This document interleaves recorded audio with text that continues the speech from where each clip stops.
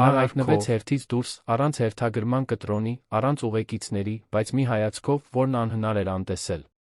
Երբ տեսախցիկների առջ նա մերժեց նվերը, բոլորը կարծեցին, թե դա երախտամոռություն է։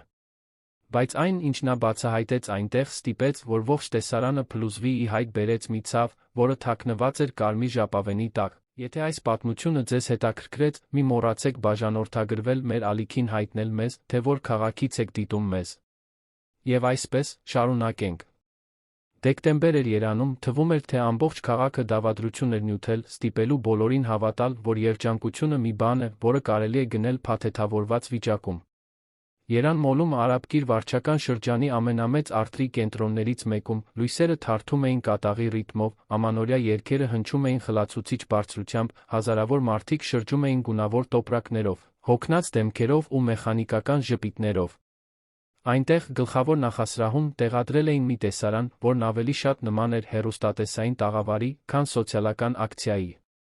Ոսկեգույն գնդակներով զարդարված հսկայական եղնիներ, կարմիր գորգով պատված ընդարձակ բեմ, պրոֆեսիոնալ տեսախցիկներ բոլոր անկյուններում մի հսկա պաստառ, ոչ մի երեխա առանց նվերի գրությամբ, որն ստիպում էր բոլորին իրենց լավ զգալ։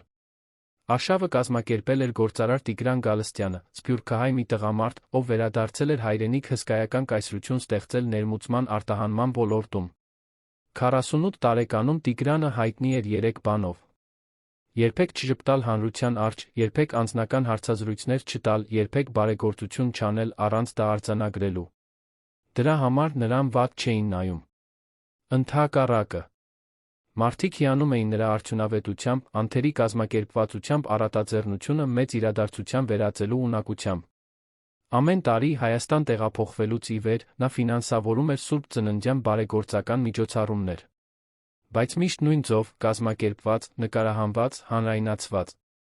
Ամեն ինչ պետք է ունենար չափելի արդյունք։ Ամեն ինչ պետք է կատարյալ երար։ Եվ դեկտեմբերյան այդ ցուրտ շաբաթ օրը ամեն ինչ ընթանում էր հենց այնպես, ինչպես ծրագրված էր։ Տիգրանի կողքին նրա իմիջի հարցերով խորհրդատուն Անի Անդրեասյանը, 35 տարեկան մի կին, ում մազերը միշտ անթերի հավաքված էին, իսկ պլանշետը ձեռքին ամեն մանրուք համակարգում էր դիրիժորի պես։ Նա էր ընտրում, թե ով է մտնում հերթի մեջ, ով է բարձրանում բեմ, տեսախցիկը, որ անկյունից պետք է նկարի։ Անին գիտեր, որ այս արշավը միայն օգնելու մասին չէր։ Այն ժառանգություն ստեղծելու մասին էր։ Այն Տիգրան Գալստյան անունը սոցիալական պատասխանատվության հոմանիշ դարձնելու մասին էր։ Եվ նա լավ էր անում իր գործը։ Շատ լավ։ Այնքան, որ արդեն բարձել էր 3 հայտնի բլոգերների միջոցառման մասին գրառումներ անելու համար, ինչը միլիոնավոր դիտումներ էր ապահովում դեռ նախքան ամանորի գալուստը։ Բեմի մյուս կողմում անվտանգության համակարգող Ռուբեն Ֆարմանյանը, 40 տարեկան, բարձրահասակ ու լուրջ մի տղամարդ, շրջում էր կասկածամիտ հայացքով։ Նա հերթում կանգնած յուրաքանչյուր մարդու դիտարկում էր որպես պոտենցիալ վտանգ։ Ոչ թե չարությունից, այլ մասնագիտական սովորության պատճառով։ Ռուբենը 15 տարի աշխատել էր անվտանգության ոլորտում, սովորել էր զատել էմոցիաները պարտականությունից։ Նրա համար այդ ընտանիքները պատմություններ չէին։ Նրանք փոփոխականներ էին։ Իսկ փոփոխականները պետք է վերահսկվեին։ Միակ մարդը, ում անհանգստացնում էր այդ ամբողջ շքեղությունը, Տիկին Սիլվան էր, 62 տարեկան մի կին, ՀԿ-ների աջակցության կենտրոնների վետերան կամավոր։ Նա այնտեղ էր գործընկեր կազմակերպության խնդրանքով, բայց ամեն անգամ, երբ տեսնում էր, թե ինչպես է տեսախցիկը մոտենում երեխային, հուզմունքի ճիշտ պահը որսալու համար, սիրտը սեղմվում էր։ Տիկին Սիլվան գիտեր, որ այդ մարդիկ լուսարձակների կարիք չունեին։ Նրանք լսված լինելու կարիք ունեին։ Ժամանակի կարիք ունեին։ Արժանապատվության կարիք ունեին։ Բայց ոչ ոք նրա կարծիքը չէր հարցնում։ Նա ընդամենը կամավոր էր, ով օգնում էր հերթերը կարգավորել, համարներ բաժանել։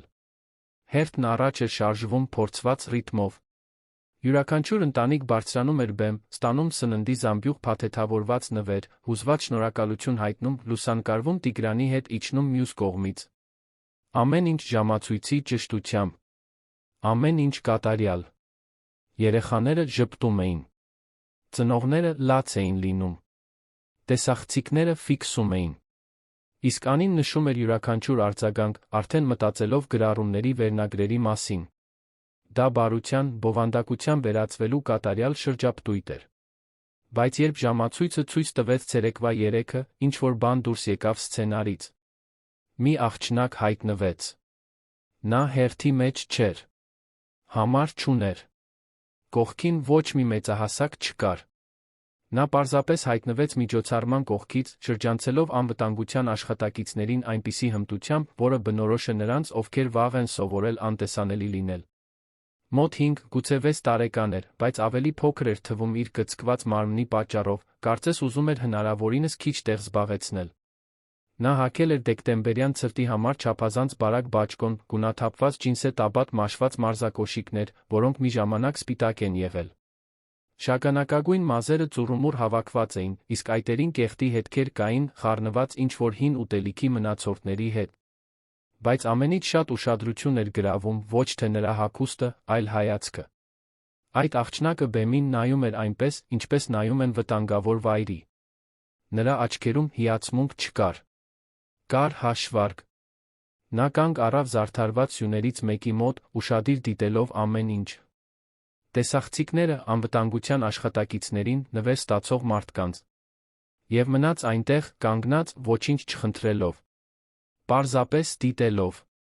Ռուբենն առաջինը նկատեց նրան։ Նրա մասնագիտական բնազդն անմիջապես ահազանգեց։ Միայնակ երեխա, առանց մեծահասակի, հերթից դուրս։ Նա մոտեցավ հաստատուն քայլերով, պատրաստ հեռացնելու այդ անցանկալի փոփոխականին։ Բայց երբ մոտեցավ, աղջկա հայացքի մեջ ինչ-որ բան ստիպեց նրան տատանվել։ Դա վախ չէր։ Դա մի տեսակ հին հոգնածություն էր, կարծես նա արդեն գիտեր, թե ինչ է ասելու տղամարդը դեռ նախքան նրա բերան բացելը։ Մոլորվել ես, բալիկս, հարցրեց նա, փորձելով մեղմ ելալ, բայց այնպիսի տոնով, որն ուզում էր շուտափույթ լուծել հարցը։ Աղջիկը չպատասխանեց։ Պարզապես շարունակեց նայել բեմին։ Մայրիկդ որտեղ է։ Նա սեղմեց շուրթերը։ Աչքերն ավելի ուշադիր դարձան, բայց նա տեղից չշարժվեց։ Ռուբենը չգիտեր ինչ անել։ Ոստիկանություն կանչել։ Տանել վարչական գրասենյակ։ Նա նայեց Անիին, ով արդեն նկատել էր իրավիճակը, զգուշորեն նշան էր անում, որ նա հեռացնի աղջկան այնտեղից, քանի դեռ որևէ տեսախցիկ չի ֆիքսել նրան։ Ի վերջո, միայնակ երեխան չէր համապատասխանում երջանիկ ընտանիքների պատմությանը։ Բայց հենց այդ պահին Տիգրան Գալստյանն իջավ բեմից։ Նա նոր էր հանձնել հերթական նվերը, պաշտոնական ժպիտը դեռ դեմքին էր, երբ նրա հայացքը հանդիպեց աղջկա հայացքին։ Եվ այդ հայացքի մեջ ինչ-որ բան նրան անհանգստացրեց։ Դա կարեկցանք չէր, որ նա զգաց։ Դա ջղայնություն էր։ Ջղայնություն, տեսնելով մի բան, որն իր տեղում չէր, մի բան, որը սցենարի մեջ չկար։ Տիգրանը տանել չէր կարողանում իմպրովիզները։ Տանել չէր կարողանում անկարգությունը։ Եվ այդ երեխան, որը կանգնած էր այնտեղ որպես կենդանի հարցական նշան, հենց մաքուր անկարգություն էր։ Նա քայլեց դեպի աղջիկը իր սովորական կեցվածքով։ Ուղիղ ուսեր, հաստատուն քայլեր, վերահսկվող դեմքի արտահայտություն։ Տեսախցիկները, որոնք քաղցած էին էմոցիոնալ բովանդակության համար, վազեցին ֆիքսելու պահը։ Անին քիչ էր մնում ցնծար։ Սա հիանալի գրառում կլիներ։ Գործարարը մոտենում է անօգնական երեխային։ Կատարյալ է։ Տիգրանը կրացավ աղջկա բարձրությանը, պահպանելով այն կեցվածքը, որը գիտեր, որ նկարահանվում է։ Ողջույն փոքրիկս, ասաց նա, փորձված մեղմ ձայնով։ Ուզում ես նվեր ընտրել։ Աղջիկը նայեց նրան։ Նրա աչքերը զննեցին տղամարդու դեմքը, կարծես կարդում էին մի բան, որ ուրիշ ոչ ոք չէր տեսնում։ Նա անմիջապես չպատասխանեց։ Դադար տվեց։ Եվ երբ վերջապես խոսեց, ձայնը ցածր էր, բայց հաստատուն։ Կարող եմ ցանկացածն ընտրել։ Իհարկե, պատասխանեց Տիգրանը, արդեն պատկերացնելով այն հուզիչ տեսարանը, որն ստեղծում էր։ Կարող ես ընտրել այն, ինչ կցանկանաս։ Նա վեր կացավ, նշան արեց կամավորներից մեկին, ով բերեց մի մեծ տուփ, փաթեթավորված ոսկեգույն թղթով փայլուն կարմիր ժապավենով։ Դա այնպիսի նվեր էր, որից ցանկացած երեխայի աչքերը կփայլեին։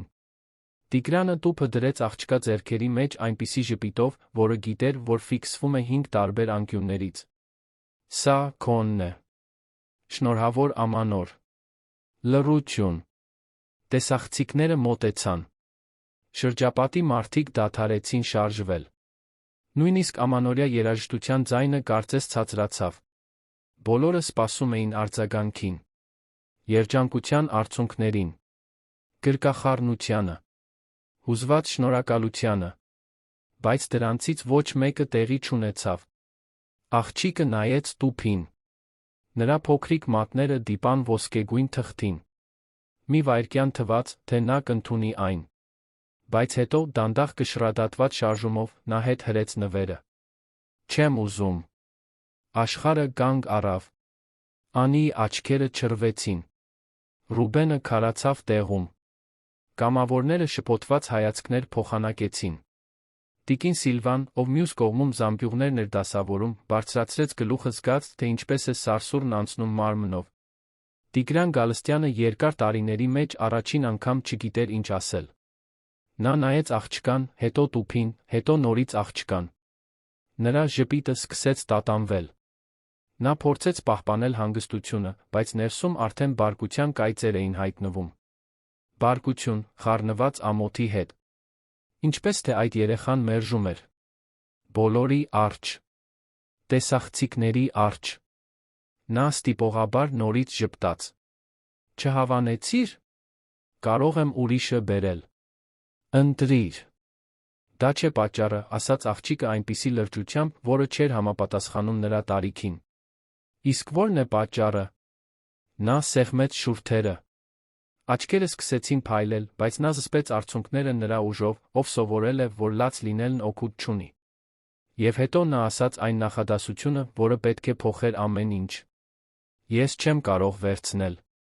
Որովհետև եթե վերցնեմ, կասեն, որ ես այլս ոչ մի բանի կարիք չունեմ։ Այս խոսքերը ռումբի պես պայթեցին։ Տիգրանը մռայլվեց։ Շրջապատի մարդիկ սկսեցին փսփսալ։ Անին նշան արեց տեսախցիկին, փոխել անկյունը, փորձելով փրկել իրավիճակը։ Բայց աղջիկը շարունակեց։ Եվ յուրաքանչյուր բառ, որ դուրս էր գալիս նրա բերանից, կարծես կրում էր մի ծանրություն, որը ոչ ոք չէր սպասում լսել։ Ինձ ուրիշ բան է պետք։ Ինձ պետք է, որ դուք նայեք քրոջս։ Քրոջը։ Այդ բառը դանակի պես կտրեց օդը։ Տիգրանը նայեց շուրջը, փնտրելով։ Ռուբենը մի քայլ առաջ եկավ, զգոնացած։ Տիկին Սիլվան, զգալով, որ կարևոր մի բան է կատարվում, սկսեց մոտենալ։ Աղջիկը մատնացույց արեց նախասրահի անկյունը, բեմից հեռու, լույսերից հեռու, տեսախցիկներից հեռու։ Այնտեղ, կողմնային ելքերից մեկի մոտ գտնվող բետոնե նստարանին նստած էր մի երիտասարդ կին, գուցե 20 անց, ով ձեռքերում պահում էր մաշված վերմակով փաթաթված մի փոքրիկ երեխայի։ Նա կքված էր, կարծես ուզում էր անհետանալ։ Մազերն ընկել էին դեմքին, թաքցնելով դիմագծերը։ Նրա կողքին մի պլաստիկ տոպրակ կար, մի քանի կտոր հագուստով տակտիրների գրեթե դատարկ փաթեթով։ Նա չի կարողանում խոսել, երբ վախենում է, ասաց աղջիկը, դեռ նայելով Տիգրանին։ Նա դողում է։ Մոռանում է բառերը։ Երբ մենք օգնություն ենք խնդրում, բոլորը կարծում են, թե նա ստում է։ Դուք նվերներ եք տալիս, բայց ոչ ոք չի հավատում նրա ասածներին։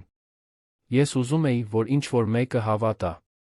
Հաջորդած լռությունը բացարձակ էր։ Նույնիսկ ամանորյա երաժշտությունը կարծես անջատվեց։ Տիգրան Գալստյանը, մարդ, ով սովոր էր ամեն ինչ վերահսկել, զգաց մի բան, որը տարիներ շարունակ չէր զգացել, անզորություն։ Նա նայեց անկյունում նստած կնոջը, հետո աղջկան, հետո տեսախցիկներին։ Եվ առաջին անգամ հասկացավ, որ ինքը ոչինչ չի վերահսկում։ Անին փորձեց միջամտել։ Տիգրան, եկեք սա լուծենք կուլիսներում։ Պետք չէ այստեղ։ Բայց աղջիկը տեղից չշարժվեց։ Նա շարունակում էր նայել նրան, սպասելով։ Ոչ թե հույսով, այլ ստուգողաբար։ Կարծես չափում էր, արդյոք այդ տղամարդն իրական է, թե պարզապես հերթական մեկը, ով ծածնում է։ Եվ հենց այդ պահին մոտեցավ տիկին Սիլվան։ Նա իր կամավորական կյանքում շատ նման տեսարաններ էր տեսել։ Գիտեր ճանաչել, երբ երեխան օգնություն է խնդրում առանց գոռալու։ Նա ծնկի իջավ աղջկա կողքին մեղմ ձայնով հարցրեց. Ինչ է անունդ, սիրելիս։ Աղջիկը տատանվեց։ Հետո շշնջաց. Անահիտ։ Բայց բոլորն ինձ Անա են ասում։ Տիկին Սիլվան ժպտաց։ Տխուր, բայց անկեղծ ժպիտով։ Իսկ ով է այն աղջիկը։ Մարիամն է։ Նա է ինձ խնամում։ Եվ Նարեկին։ Նարեկը փոքրիկն է։ Անան գլխով արեց։ Տիկին Սիլվան նայեց Տիգրանին։ Եվ առաջին անգամ այս արշավի սկզբից ի վեր ինչ-որ մեկը նրան ասաց ճշմարտությունը։ Պարոն Գալստյան, այս աղջիկը չի մերժում ձեր նվերը երախտամոռությունից։ Նա փորձում է ինչ-որ մեկին փրկել։ Եվ եթե մենք ուշադրություն չդարձնենք, կանենք հենց այն, ինչից նա վախենում է, կտանք մի գեղեցիկ իր թույլ կտանք, որ ցավը մնա անտեսանելի։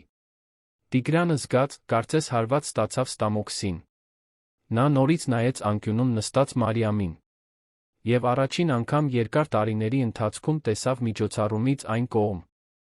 Տեսավ մարդուն։ Պատմությունը։ Լռության քողի տակ թաքնված օգնության կանչը։ Նա շրջվեց դեպի Ռուբենը ասաց ձայնով, որը քննարկում չէր հանդուրժում։ Անջատեք տեսախցիկները։ Ինչ, անին քիչ էր մնում գոռար։ Տիգրան, մենք չենք կարող, անջատեք։ Հիմա։ Եվ այսպես կատարյալ միջոցառման մեջ, Անթերի տեսարանի նկարահանվող բարեգործության կենտրոնում, Տիգրան Գալստյանն արեց մի բան, որը ոչ ոք չէր սպասում։ Նա անջատեց ներկայացումը։ Եվ որոշեց առաջին անգամ իրոք նայել։ Բայց այն, ինչ նա պետք է բացահայտեր Անայի, Մարիամի, Նարեկի մասին, ընդամենը սկիզբն էր մի պատմության, որը պետք է փոխեր այն ամենը, ինչ նա կարծում էր, թե գիտի մարդկանց օգնելու մասին։ Տեսախցիկներն անջատվեցին, բայց հայացքները ոչ։ Հարյուրավոր մարդիկ շարունակում էին հետել, չիմանալով, ծափահարել, թե բողոքել։ Միջոցառումը վերածվել էր մի այլ բանի, որը ոչ ոք չգիտեր ինչպես անվանել։ Դա բարեգործություն չէր։ Շոու չէր։ Դա մի կոպիտ, անհարմար չափազանց իրական բան էր, ամանորյա արշավի մեջ տեղավորվելու համար։ Տիգրանը քայլեց դեպի այն նստարանը, որտեղ նստած էր Մարիամը։ Նրա յուրաքանչյուր քայլը ծանր էր թվում, կարծես անցնում էր անհայտ տարածքով։ Նա նախկինում երբեք նման բան չէր արել։ Երբեք չէր իջել բեմից, գնալու մեկի մոտ առանց սցենարի, առանց հստակ նպատակի, առանց իմանալու ինչ ասել։ Անին հետում էր նրան զգուշավոր հեռավորությունից, դեռ փորձելով հասկանալ, սա աղետ էր, թե հնարավորություն։ Ռուբենը գալիս էր հետից, լարված, կարծես սպասելով, որ ամեն վայրկյան ինչ-որ բան կարող է սխալ գնալ։ Տիկին Սիլվան առաջինը մոտեցավ Մարիամին։ Նա մոտեցավ դանդաղ, ինչպես մոտենում են վիրավոր կենդանուն։ Նստեց երիտասարդ կնոջ կողքին, սպասեց։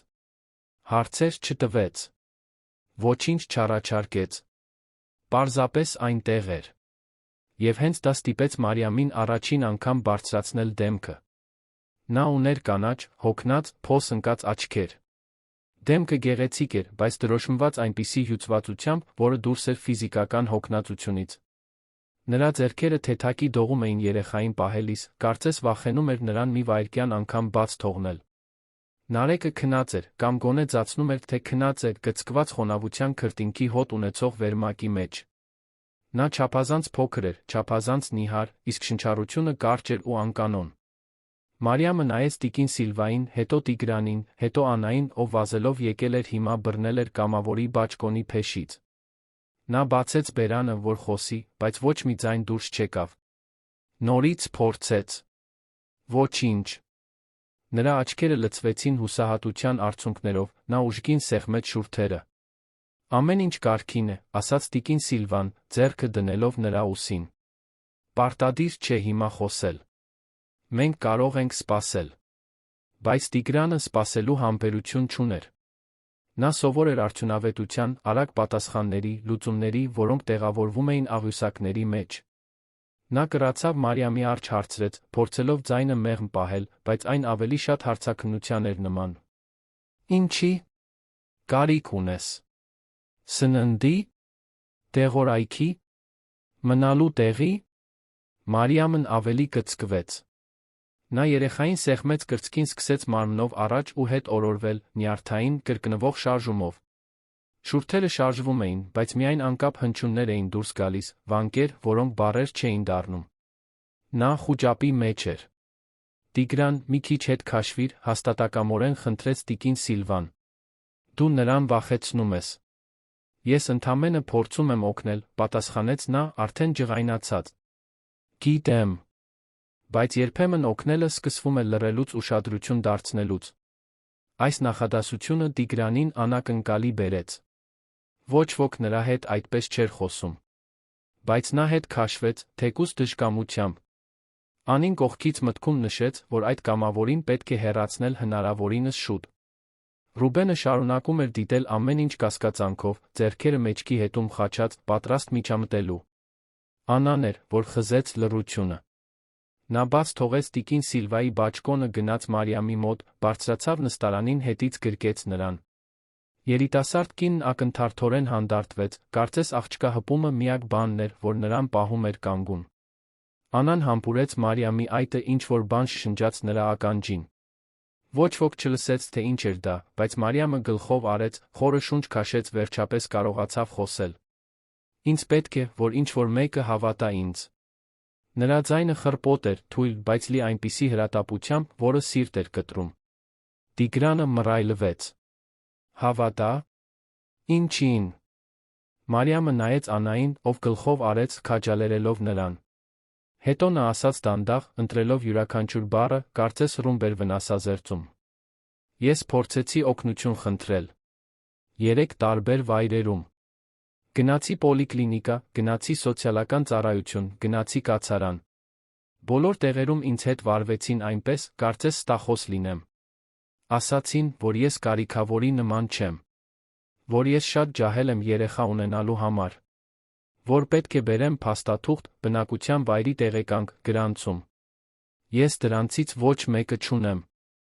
Եվ որքան շատ էի բացատրում, այնքան ավելի էին կասկածում։ Մինչ որ ես հոգնեցի խնդրելուց։ Տիգրանը լսում էր, բայց չէր հասկանում։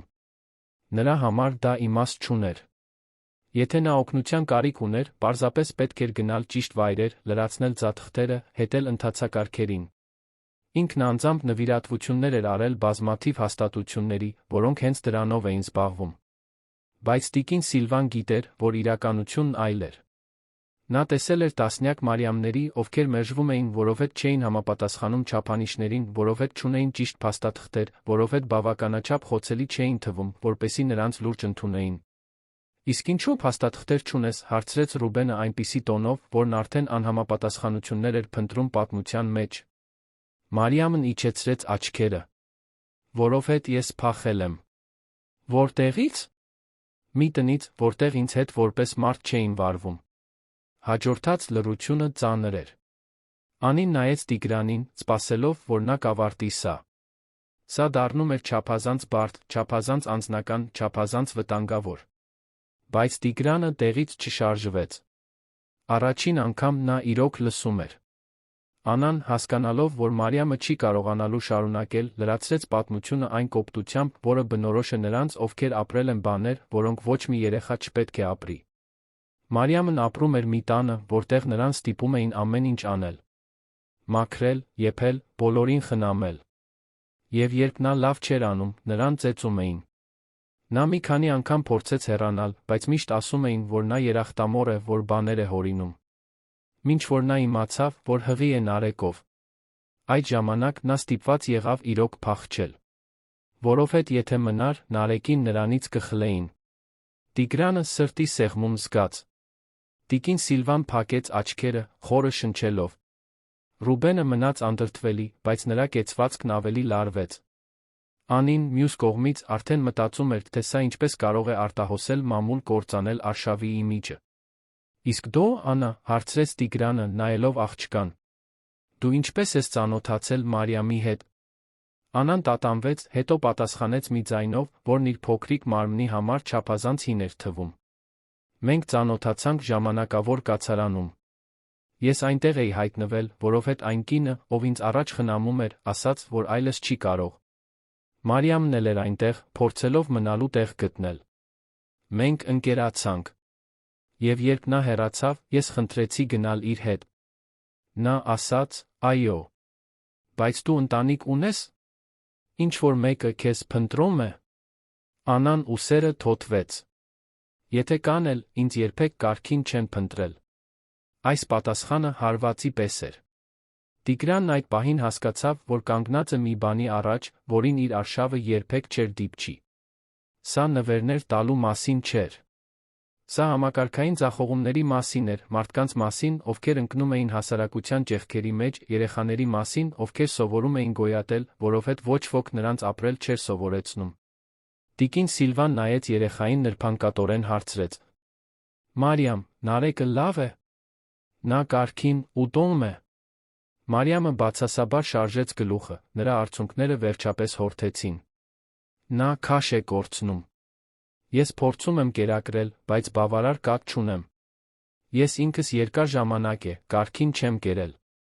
Նա լաց է լինում, շատ է լաց լինում, բայց ես չգիտեմ ինչ անել։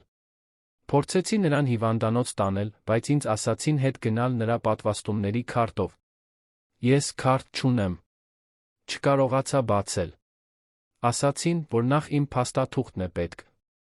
Բայց իմ փաստաթուղթն այն տանն է, որտեղից փախել եմ, իսկ ես չեմ կարող այնտեղ վերադառնալ։ Յուրաքանչյուր բառի հետ պատմությունն ավելի պարզ էր դառնում։ Եվ ավելի ցավոտ։ Տիգրանը հասկացավ, որ այս երեք հոգին ամանորյա նվերի կարիք չունեին։ Նրանք կարիք ունեին մի բանի, որն ինքը չգիտեր, կարող էր տալ, թե ոչ։ Մի համակարգի, որն աշխատում է, որը հավատում է, որը ընդունում է։ Ռուբենը, անհարմար զգալով իրավիճակից, առաջարկեց. Կարող ենք ուղղորդել սոցիալական ծառայություններին։ Նրանք գիտեն, ինչպես վարվել նման դեպքերում։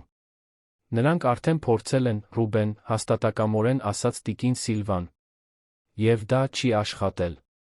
Որովհետև համակարգը պատրաստ չէ նրանց համար, ովքեր չունեն փաստաթուղթ, չունեն հասցե, չունեն ոչ ոքի, ով կերաշխավորի իրենց համար։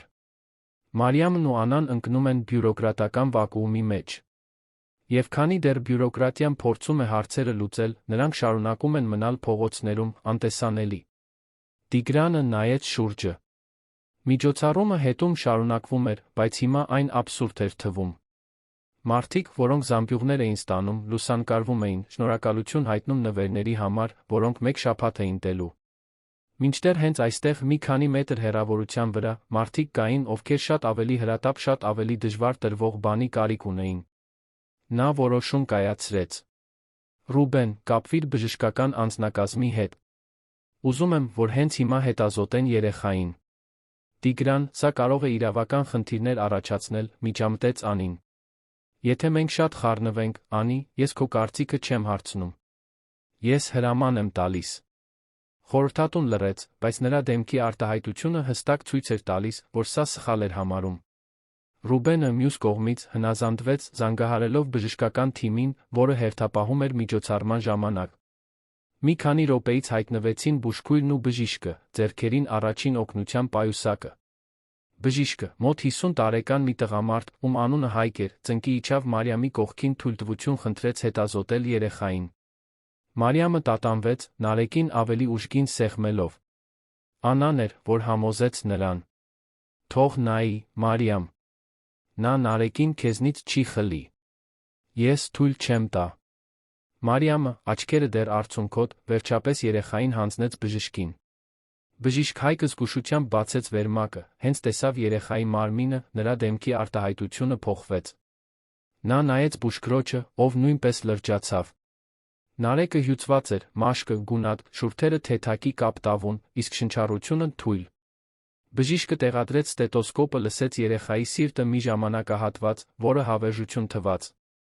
Վերջապես նա նայեց Տիգրանին լրջությամբ ասաց. Այս երեխան անհապաղ հոսպիտալացման կարիք ունի։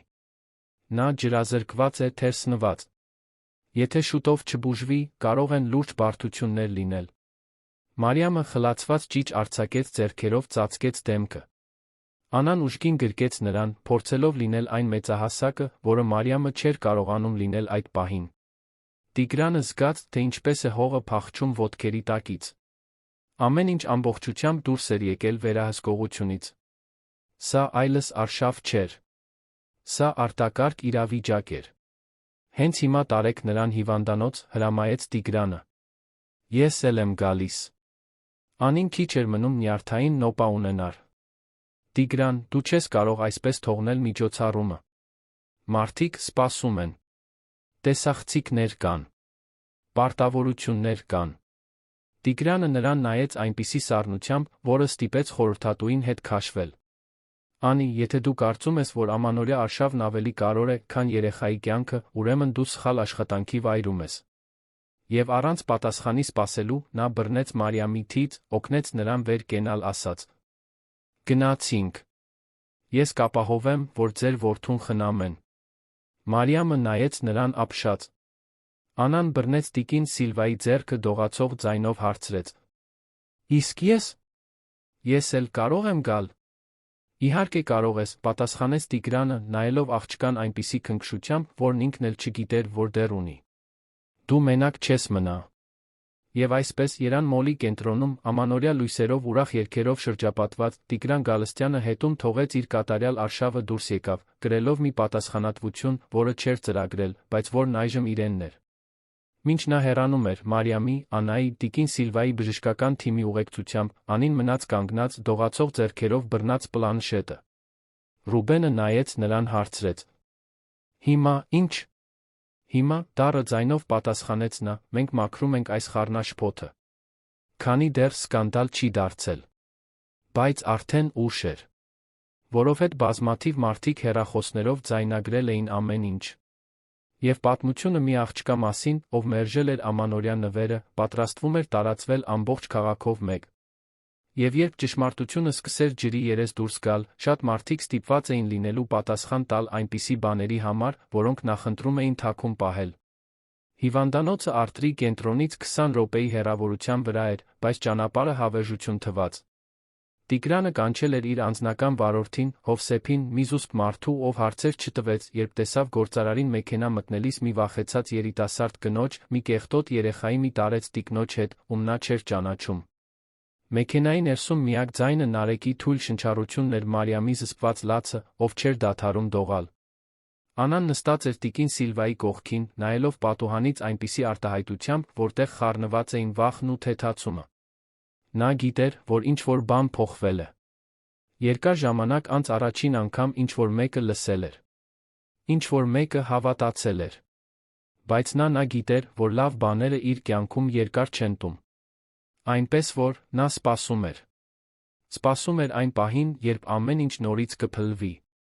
Տիգրանը նայում էր Մարիամին կարեկցանքի անհարմարության խառնուրդով։ Նա երբեք այսքան մոտ չէր եղել նման իրավիճակի։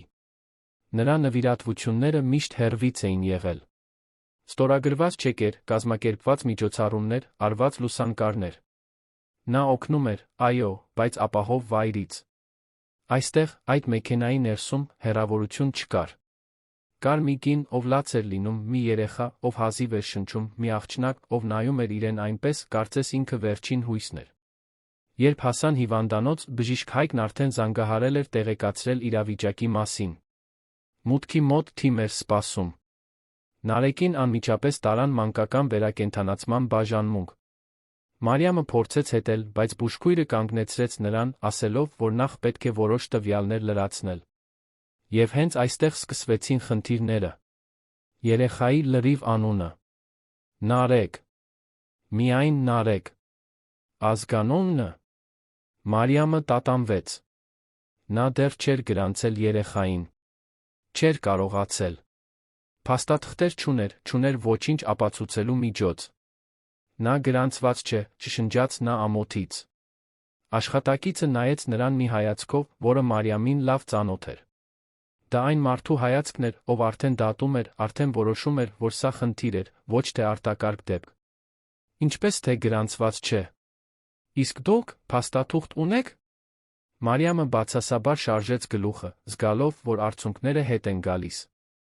Աշխատակիցը անհամբեր հոգոց հանեց նայեց Տիգրանին, կարծես սպասելով, որ նա կլուծի հարցը։ Տիգրանը մի քայլ առաջ եկավ, օգտագործելով այն ձայնը, որը սովորաբար օգտագործում էր գործարար հանդիպումների ժամանակ։ Լսեք, իմ անունը Տիգրան Գալստյան է։ Ես իմ վրա եմ վերցնում այս հոսպիտալացման ողջ պատասխանատվությունը։ Բոլոր ծախսերը ինձ վրա են։ Բայց այս երեխան հենց հիմա բուժօգնության կարիք ունի։ Աշխատակիցը կարծես ճանաչեց անունը։ Նա ավելի ուշադիր նայեց նրան, հետո Մարիամին, հետո նորից նրան։ Մի պահ թվաց, թե պատրաստվում էր հարցեր տալ։ Բայց Տիգրանի կեցվածքի մեջ ինչ-որ բան ստիպեց նրան որոշել, որ ավելի լավ է չվիճել։ Շատ լավ։ Կձակերպեմ որպես մասնավոր այցելություն։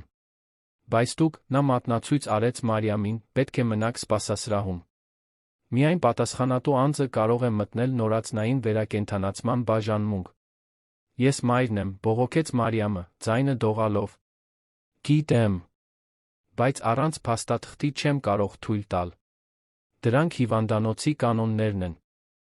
Մարիամը զգաց, թե ինչպես են ոտքերը թուլանում։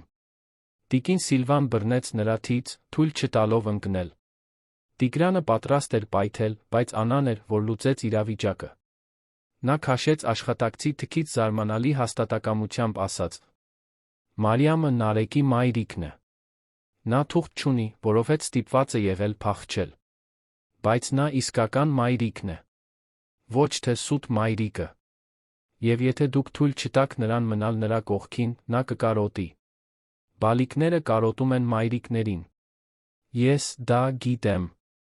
Աշխատակիցը մնաց առանց պատասխանի։ Նա նայեց Անային, հետո Տիգրանին, հետո հոգոց հանեց ու ասաց. Տեսնեմ, ինչ կարող եմ անել։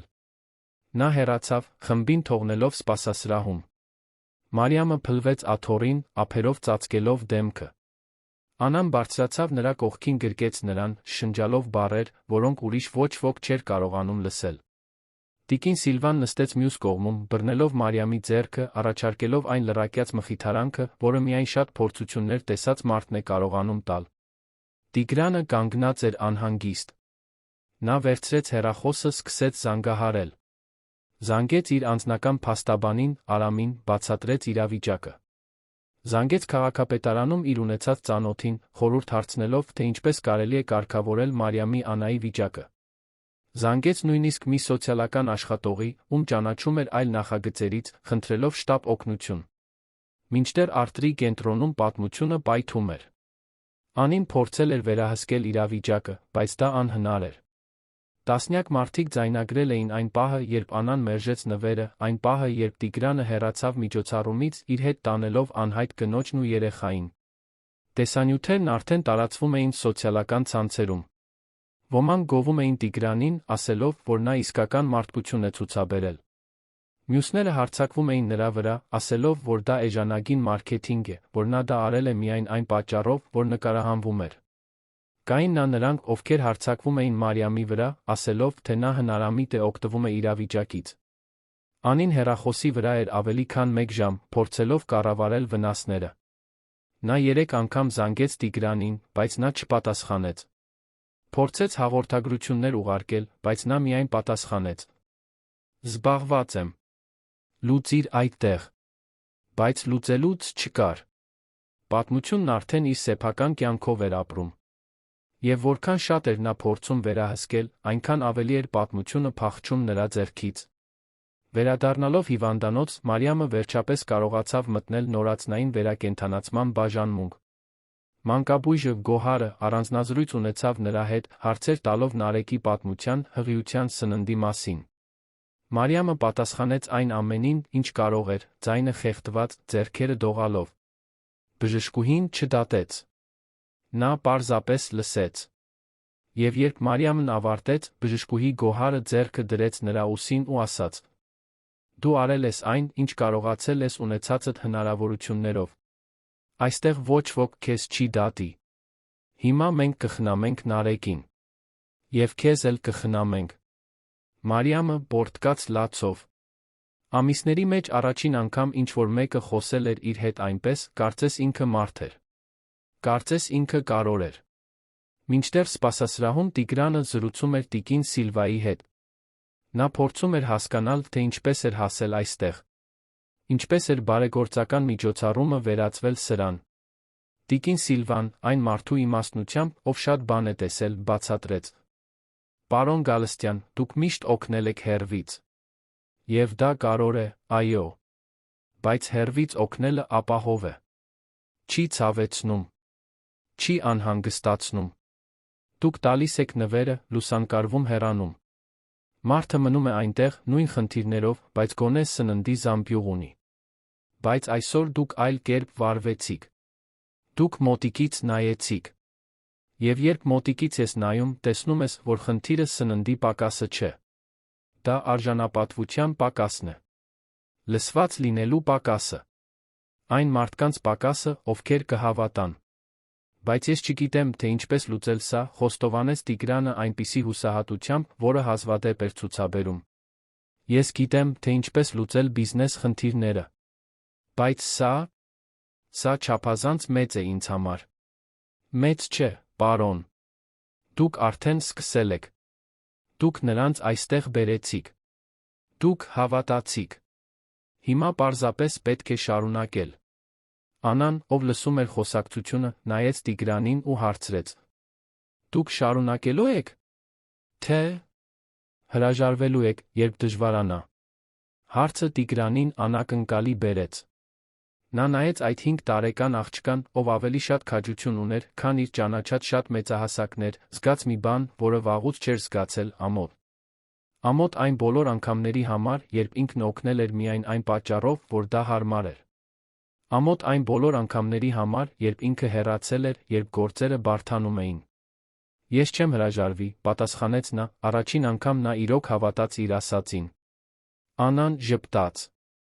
Փոքրիկ, ամաչկոտ, բայց իրական ժպիտով։ Եվ հետո նա ասաց մի բան, որն ստիպեց Տիգրանին հասկանալ, որ իր առջ մի շատ յուրահատուկ երեխա է։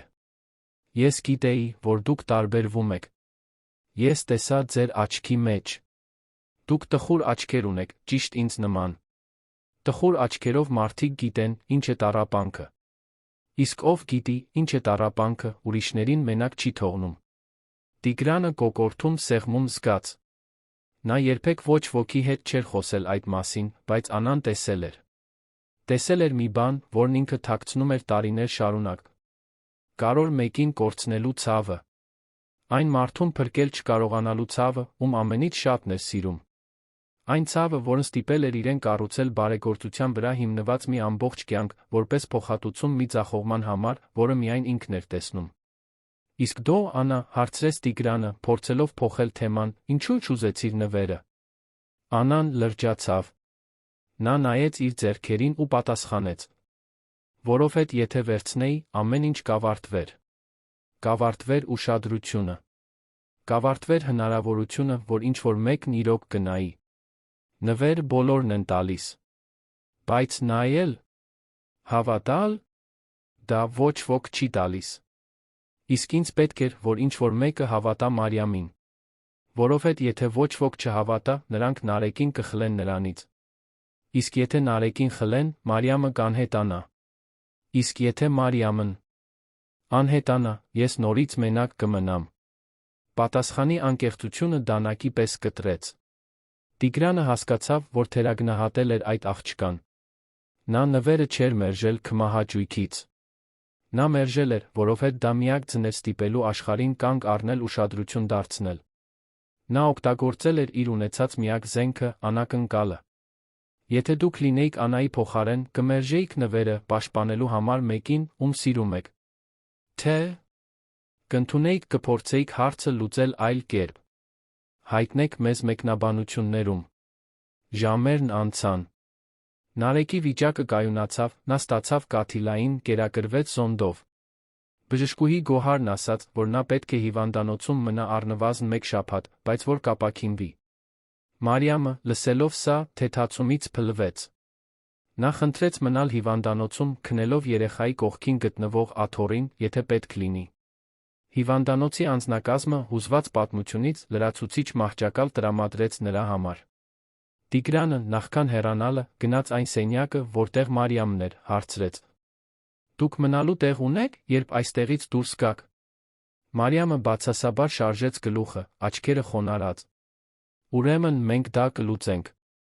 Վաղը ես կգամ այստեղ սոցիալական աշխատողի հետ։ Մենք կկարգավորենք ձեր վիճակը։ Կհանենք ձեր փաստաթղթերը։ Կգրանցենք Նարեկին։ Եվ ապահով տեղ կգտնենք ձեզ համար։ Մարիամը նայեց նրան ապշած։ Ինչո՞վ։ Ինչու եք դուք այս ամենն անում։ Ինչ եք դուք շահում դրանից։ Տիգրանը տատանվեց։ Նա պատրաստի պատասխան չուներ։ Բայց հետո նայեց Անային, ով պառկած էր կողքի մահճակալին, արդեն համարյա քնած, ասաց. Որովհետ ինչ-որ մեկն ինձ հիշեցրեց, որ բարեգործությունը ավելցուկը տալը չէ։ Դա կարորը տալն է։ Իսկ հիմա կարորը երաշխավորելն է, որ դու քո երեխաները իրական հնարավորություն ունենաք։ Մարիամը լաց եղավ։ Տիկին Սիլվան, ով դեռ այնտեղ էր, նույնպես լաց եղավ։ Եվ Տիգրանը երկար տարիների մեջ առաջին անգամ զգաց, որ արել է մի բան, որն իրոք արժեք ուներ։ Բայց երբ նա դուրս եկավ հիվանդանոցից, միացրեց հեռախոսը, տեսավ, որ ավելի քան 100 հաղորդագրություն ունի։ Մեծ մասը Անիից էին, խուճապի մեջ։ Որոշները գործընկերներից էին, հարցականի տակ դնելով նրա վարքագիծը։ Եվ մեկը հատկապես իր ավագ եղբորից էր, Վահանից, ով ապրում էր այլ քաղաքում, բայց տեսել էր արձագանքները սոցցանցերում։ Հաղորդագրությունը կարճ էր, բայց ծանր։ Դու խելագարվում ես։ Սա կործանելու է ընտանիքի հեղինակությունը։ Տիգրանն անջատեց հեռախոսը։ Նա գիտեր, որ ամեն ինչ դեռ նոր է սկսվում։ Որ այդ որոշումը հետանքներ է ունենալու։ Որ իրեն հարցաքննելու են, հարցակվելու են, դատելու են։ Բայց կյանքում առաջին անգամ նրան դա չէր հետաքրքրում։ Որովհետև նա նայել էր 5 տարեկան աղջկա աչքերին, տեսել էր մի բան, որը ոչ մի մարքեթինգային արշավ երբեք չէր ցուցադրի։ Այն մարդու մերկ ու կոպիտ ճշմարտությունը, ով ամեն օր գոյատում է այնպիսի քաջությամբ, որը նույնիսկ ամենաուժեղ մեծահասակները չունեն։ Եվ եթե դա պետք է թանկ նստեր իր վրա, ուրեմն թող նստեր։ Որովհետև որոշ բաներ, Տիգրանը սովորում էր, գին չունեն։ Դրանք միայն արժեք ունեն։ Հաջորդ օրերը փոթորկալից էին։ Անայի Մարիամի Նարեկի պատմությունը տարածվել էր երանով մեկ, ինչպես կրակը չոր խոտի մեջ։ Արթրի կենտրոնում արված տեսանյութերը միլիոնավոր դիտումներ ունեին։ Բոլորն ունեին իրենց կարծիքը։ Ոմանք կարծում էին, թե Տիգրանը հերոս է։ Մյուսներն ասում էին, թե նրանով մանիպուլյացիա են անում։ Կային մարդիկ, ովքեր հարձակվում էին Մարիամի վրա, նրան անվանելով շահամոլ։ Եվ կային մարդիկ, ովքեր հարձակվում էին Անայի վրա, ասելով, թե 5 տարեկան երեխան չի կարող այդքան խելացի լինել առանց ինչ-որ մեկի կողմից սովորեցված լինելու։ Տիգրանն արթնացավ հաջորդ երկուշաբթի օրը իր հեռախոսի պայթյունից։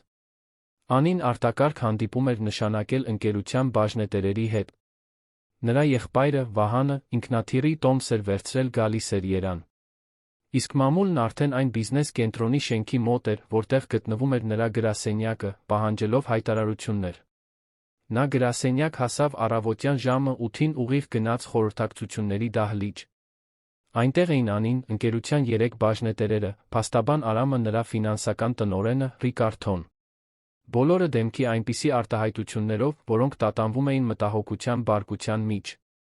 Տիգրան, սկսեց Ռիկարդոն վերահսկվող, բայց հաստատուն ձայնով, դու պետք է հասկանաս, որ սա ազդում է ընկերության վրա։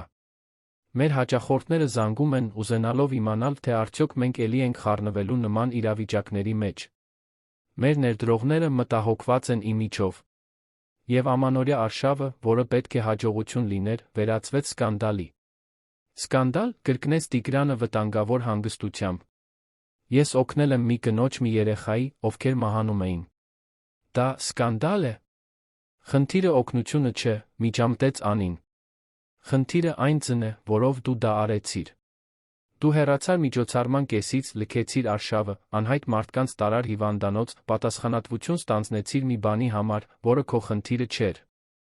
Դա տեղիք է տալիս մեկնաբանությունների։ Եվ այդ մեկնաբանություններից որոշները լավը չեն։ Ինչ տեսակի մեկնաբանությունների։ Փաստաբան Արամը հոգոց հանեց, բացեց փաստաթղթերով թղթապանակը։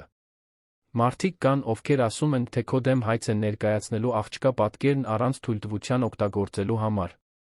Մարդիկ կան, ովքեր ասում են, թե քեզ հետաքննում են մարդկանց հնարավոր թրաֆիքինգի համար, որովհետև դու տարել ես մի կնոջ երեխայի առանց փաստաթղթերի։ Եվ մարդիկ էլ կան, ովքեր ասում են, թե դու կապ ունես Մարիամի հետ, երեխան կարող է քոնը լինել։ Տիգրանը զգաց, թե ինչպես է բարկությունը բարձրանում։ Ինչ։ Դա ծիծաղելի է։ Ես գիտեմ, որ դա այդպես է, համաձայնեց Արամը։ Բայց դա այն է, ինչ պտտվում է համացանցում։ Եվ մենք պետք է շտապ կառավարենք վնասները։ Վնասների կառավարում, կրկնեց Տիգրանը, զգալով արտահայտության դառը համը։ Ուրեմն սա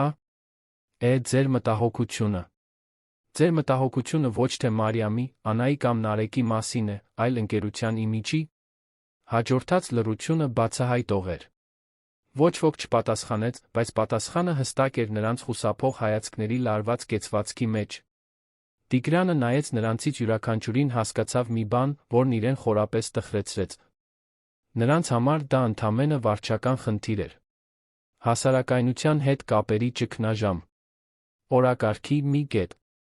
Նա վեր կացավ, վերցրեց պիջակը, ասաց. «Հանդիպումն ավարտված է։ Ես սա կլուծեմ իմ ձով»։ Տիգրան, սպասիր, փորձեց միջամտել Անին։ «Մեզ պլան է պետք, պլանը», կտրեց նա, պարզ է։ «Ես շարունակելու եմ օգնել Մարիամին, Անային։ Կարգավորելու եմ նրանց վիճակը։ Երաշխավորելու եմ, որ նրանք ունենան կացարան, սնունդ, աջակցություն։ Եվ եթե ինչ-որ մեկն ուզում է ինձ դատի տալ, թող տա։ Եթե ինչ-որ մեկն ուզում է ինձ հետաքննել, թող հետաքննի։ Ես սխալ բան չեմ արել։ Եվ չեմ դադարի ճիշտը անել միայն այն պատճառով, որ դա անհարմար է»։ Եվ նա դուրս եկավ, բոլորին թողնելով քարացած սենյակում։ Մինչդեռ հիվանդանոցում Մարիամն ապրում էր օրեր, որոնք երազի էին նման։ Նարեկը լավանում էր։ Նա քաշ էր հավաքել, շնչառությունն ավելի ուժեղ էր դարձել, նա նույնիսկ սկսել էր ժպտալ, երբ տեսնում էր մոր դեմքը։ Բժշկուհի Գոհարը զրուցել էր Մարիամի հետ երեխայի խնամքի, կերակրման, առողջության մասին։ Եվ առաջին անգամ Մարիամն իրեն դատապարտված չզգաց։ Զգաց իրեն ընդունված։ Անան իր հերթին հետազոտում էր հիվանդանոցը այն երեխայի հետաքրքրասիրությամբ, ով երբեք թույլտվություն չէր ունեցել երեխա լինելու։ Նա զրուցում էր բուժքույրերի հետ, նկարում էր իրեն նվիրած գրիչներով, նույնիսկ ընկերացել էր մանկաբուժական բաժանմունքի մի կամավորի հետ, ով մանկական գրքեր էր բերում։ Տիկին Սիլվան այցելում էր ամեն օր, բերելով մաքուր հագուստ, տնական ուտելիք, ամենակարևորը՝ ներկայություն։ Հենց այդ այցելություններից մեկի ժամանակ էր, որ Անան հարցրեց մի բան, որը տիկին Սիլվան չէր սպասում։ «Տիկին Սիլվա, պարոն Տիգրանը հրաժարվելու է մեզնից»։ Հարցը կամավորին անակնկալի բերեց։ «Ինչու ես այդպես կարծում, սիրելիս»։ Անան ուսերը թոթվեց, բայց աչքերը լուրջ էին։ «Որովհետև բոլորն էլ հրաժարվում են։ Երբ դժվարանում է, բոլորը հեռանում են։ Իսկ հիմա դժվարանում է, չէ՞։ Ես տեսա հեռուստացույցով։ Նրա մասին վատ են խոսում մեր պատճառով»։ Տիկին Սիլվան ծնկի իջավ աղջկա բարձրությանը, երկու ձեռքով բռնեց նրա դեմքը։ «Լավ լսիր, թե ինչ եմ ասելու քեզ, Անա։ Պարոն Տիգրանը բոլորի նման չէ։ Նա հիմա փոթորկի միջով է անցնում, այո։ Բայց ես մարդկանց ճանաչում եմ։ Եվ ես գիտեմ, երբ ինչ-որ մեկը բաներ է անում երալու համար, երբ ինչ-որ մեկն անում է, որովհետև իրոք մտահոգված է։ Նա մտահոգված է։ Քո մասին, Մարիամի մասին, Նարեկի մասին։ Նա չի հրաժարվի։ Ինչպես գիտեք։ Որովհետև նա վերադարձավ, Անա։ Այն բանից հետո, երբ նա հեռացավ հիվանդանոցից այդ առաջին օրը, նա կարող էր չվերադառնալ։ Կարող էր մեկին ուղարկել, որ հոգ տանի դրա մասին։ Բայց նա վերադարձավ։ Ամեն օր նա այստեղ է։ Զրուցում է բժիշկների հետ, լուծում է հարցերը, անհանգստանում է։ Մարդիկ, ովքեր միայն ուզում են ելալ, այդպես չեն անում։ Մարդիկ, ովքեր իրոք մտահոգված են, անում են։ Անան թված մտածեց այդ մասին։ Հետո նա գրկեց տիկին Սիլվային ու շշնջաց. «Ես պարզապես չեմ ուզում, որ Մարիամը նորից մենակ մնա։ Նա այն ամենն է, ինչ ես ունեմ։ Իսկ դու էլ այն ամենն ես, ինչ նա ունի, սիրելիս։ Եվ հիմա դուք ավելի շատ մարդիկ ունեք։ Ունեք Տիգրանին։ Ունեք ինձ։ Դուք այլս մենակ չեք»։ Բայց փոթորիկը դեռ հեռու էր ավարտվելուց։ 2 օր անց, երբ Տիգրանը հիվանդանոցում էր, զրուցելով սոցիալական աշխատողի հետ Մարիամի փաստաթղթերի կարգավորման մասին, հայտնվեց նրա եղբայրը Վահանը։ Նա Տիգրանից մեծ էր, ավելի լուրջ, ավելի ավանդապաշտ։ Եվ նա կատաղած էր։ «Տիգրան, պետք է խոսենք», ասաց նա, առանց նույնիսկ բարելու։ Նրանք գնացին մի դատարկ սենյակ, Վահանը ժամանակ չկորցրեց։ «Ինչ ես անում, Տիգրան։ Դու դեն ես նետում այն ամենը, ինչ մենք կառուցել ենք։ Ընտանիքի հեղինակությունը։ Ընկերության իմիջը։ Ինչի՞ համար։ Մի կնոջ համար, ում նույնիսկ չես ճանաչում։ Նա անուն ունի», հանգիստ պատասխանեց Տիգրանը։ «Մարիամ»։ Ինձ չի հետաքրքրում նրա անունը, պայթեց Վահանը։ Ինձ հետաքրքրում ես դու։ Մեր ընտանիքը։ Դու լուրերի կենտրոնում ես սխալ պատճառներով։ Մարդիկ խոսում են։ Ասում են, թե դու կապ ունես, թե քեզնով մանիպուլյացիա են անում, թե դու գժվում ես։ Իսկ դու հավատում ես նրանց։ Վահանը տատանվեց։ Ես այլս չգիտեմ, ինչին հավատալ։ Դու փոխվել ես, Տիգրան։ Դու այլս այն մարդը չես, ում ես ճանաչում էի։ Տիգրանը նայեց եղբորը երկար տարիների մեջ առաջին անգամ ասաց այն ճշմարտությունը, որն այսքան ժամանակ պահել էր ներսում։ Դու իրավացի ես։ Ես փոխվել եմ։ Եվ գիտես ինչու։ Որովհետև ես հոգնել էի այդ մարդը լինելուց։ Այն մարդը, ով օգնում էր հեռվից։ Այն մարդը, ով չեկեր էր ստորագրում, բայց երբեք ոչ ոքի աչքերին չէր նայում։ Ես այս ամբողջ կյանքը կառուցեցի, Վահան, փորձելով փոխհատուցել մի բան, որը երբեք չկարողացա փոխհատուցել։ Եվ երբ ես տեսա այդ աղջկան մերժելիս այդ նվերը, ես հասկացա։ Ես հասկացա, որ ամեն ինչ սխալ էի անում։ Որ բարեգործությունը խիղճը մաքրելու համար չէ։ Դա ներգրավվելու մասին է։ Դա ներկա լինելու ընտրությունն է, նույնիսկ երբ ցավում է։ Վահանը լռեց։ Նա նայեց Տիգրանին, կարծես անծանոթի էր տեսնում։ Եվ հետո հարցրեց ավելի մեղմ ձայնով. Սա Լիլիթի մասին է, չէ՞։ Անունը դանակի պես կտրեց։ Լիլիթ։ Տիգրանի կրտսեր քույրը։ Այն աղջիկը, ում նա չկարողացավ փրկել, երբ երիտասարդ էր։ Այն աղջիկը, ով մահացավ, որովհետև ինքը միջոցներ չուներ, ուժ չուներ, ձայն չուներ։ Տիգրանը երբեք չէր խոսում նրա մասին։ Բայց հիմա, այսքան տարի անց, նա վերջապես ասաց. Այո։ Լիլիթի մասին է։ Ես չկարողացա նրան փրկել։ Բայց ես կարող եմ փրկել Մարիամին, Անային Նարեկին։ Եվ այս անգամ ես դա կանեմ ճիշտ ձով։ Ոչ թե հեռվից, այլ մոտիկից։ Նույնիսկ եթե դա թանկ նստի ինձ վրա։ Վահանը խորը շունչ քաշեց։ Նա ձեռքը դրեց եղբոր ուսին ու աչքերը թաց ասաց. Ուրեմն ես քեզ կօգնեմ։ Բառերը Տիգրանին անակնկալի բերեցին։ Ինչ։ Եթե դու պատրաստվում ես դա անել, մենակ չես անելու։ Մենք եղբայրներ ենք։ Իսկ եղբայրները միմյանց չեն լքում։ Տիգրանը զգաց արցունքների բարձրանալը։ Նա գրկեց Վահանին, երկուսը մնացին այնտեղ, միասին, ինչպես չէին եղել տարիներ շարունակ։ Հաջորդ շաբաթ տեղի ունեցավ վերջնական շրջադարձը։ Սոցիալական աշխատողին հաջողվեց գտնել Մարիամի փաստաթղթերը։ Պարզվեց, որ նա փախել էր մի տնից, որտեղ նրան շահագործում էին, ինչպես Անան էր ասել։ Բայց ավելին։ Պարզվեց, որ Մարիամը տնային շահագործման մի սխեմայի զոհ էր դարձել, որտեղ ներգրավված էին նա այլ կանայք։ Այն տունը, որտեղից նա փախել էր, հետաքննվում էր։ Եվ Մարիամի ցուցմունքը վճռորոշ էր լինելու այդ ցանցը քանդելու համար։ Մարիամը, իմանալով սա, սարսափեց։ Նա չէր ուզում նորից ապրել այդ մղձավանջը։ Բայց Տիգրանը նրա կողքին էր։ Եվ նա խոստացավ. Դու սրա միջով մենակ չես անցնելու։ Ես կապահովեմ, որ դու ունենաս փաստաբան, պաշտպանություն, այն ամենը, ինչի կարիքը կունենաս։ Եվ երբ ամեն ինչ ավարտվի, դու հետ կստանաս քո փաստաթղթերը։ Հետ կստանաս քո կյանքը։ Իսկ դուք, հարցրեց Մարիամը դողացող ձայնով։ Ինչու եք այս ամենն անում։ Ինչ եք շահում դրանից։ Տիգրանը ժպտաց։ Տխուր, բայց անկեղծ ժպիտով։ Ես ոչինչ չեմ շահում, Մարիամ։ Բայց նա ոչինչ չեմ կորցնում այլս։ Որովհետև տարիներ շարունակ ես ապրել եմ կարծելով, թե օգնելը իրեր տալն է։ Բայց Անան ինձ սովորեցրեց, որ օգնելը ներկա լինելն է։ Հավատալն է։ Եվ ես դրա կարիքն ունեմ նույնքան, որքան դու։ Երբ Նարեկը դուրս գրվեց հիվանդանոցից ամանորից 2 շաբաթ անց, Տիգրանն արդեն փոքրիկ, բայց արժանապատիվ բնակարան էր գտել Մարիամի, Անայի երեխայի համար։ Նա վարձել էր մի փաստաբանուհու, նրանց վիճակը կարգավորելու համար։ Ապահովել էր հոգեբանական աջակցություն։ Եվ արել էր մի բան, որը զարմացրեց բոլորին։ Նա իր ընկերության ներսում ստեղծել էր մի ծրագիր, ուղղված խոցելի վիճակում գտնվող մարդկանց ընդունելուն նրանց վիճակը կարգավորելուն։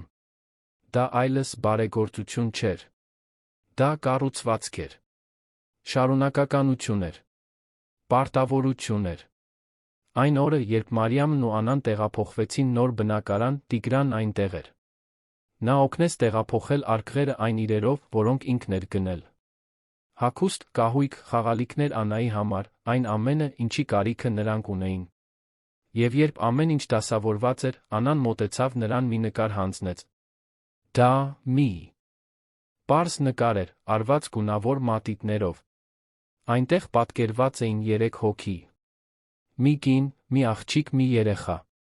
Եվ նրանց կողքին մի բարձրահասակ տղամարդ։ Ներքում ծուռումուռ տառերով գրված էր. Շնորհակալություն հավատալու համար։ Տիգրանը վերցրեց նկարը զգաց արցունքների հոսքը։ Նա ծնկի իջավ Անայի բարձրությանը ասաց. Շնորհակալություն, Անա։ Ինձ հիշեցնելու համար այն, ինչն իրոք կարոր է։ Անան ժպտաց։ Եվ հետո նա ասաց մի բան, որը Տիգրանը երբեք չէր մոռանալու. Հիմա ձեր աչքերն ավելի քիչ են տխուր։ Եվ դա ճշմարտություն էր։ Որովհետև երկար տարիների մեջ առաջին անգամ Տիգրանը ոչ թե պարզապես փոխհատուցում էր կորուստը, այլ կառուցում էր մի նոր բան։ Նա ներկա էր։ Նա ողջ էր։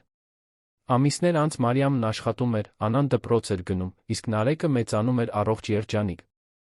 Նրանց պատմությունը դեռ ուներ մարտահրավերներ, իհարկե։ Բայց հիմա նրանք մենակ չէին։ Եվ Տիգրանը, մարդը, ով միշտ օգնել էր հեռվից, սովորել էր, որ իրական փոփոխությունը տեղի է ունենում այն ժամանակ, երբ դու ընտրում ես մնալ։ Եվ ամեն ինչ սկսվեց 5 տարեկան մի աղջնակից, ով քաջություն ունեցավ ոչ ասելու նվերին։ Որովհետև նա գիտեր, որ այն, ինչի կարիքն ինքն ուներ, փաթաթված չէր ոսկեգույն թղթով։ Դա ինչ-որ մեկի ընտրության մեջ էր, իրոք նայելու, իրոք հավատալու, իրոք մնալու։ Սիրելի ունկնդիրներ, հուսով ենք, որ Տիգրանի, Մարիամի, Անայի, Նարեկի պատմությունը դիպավ ձեր սրտին։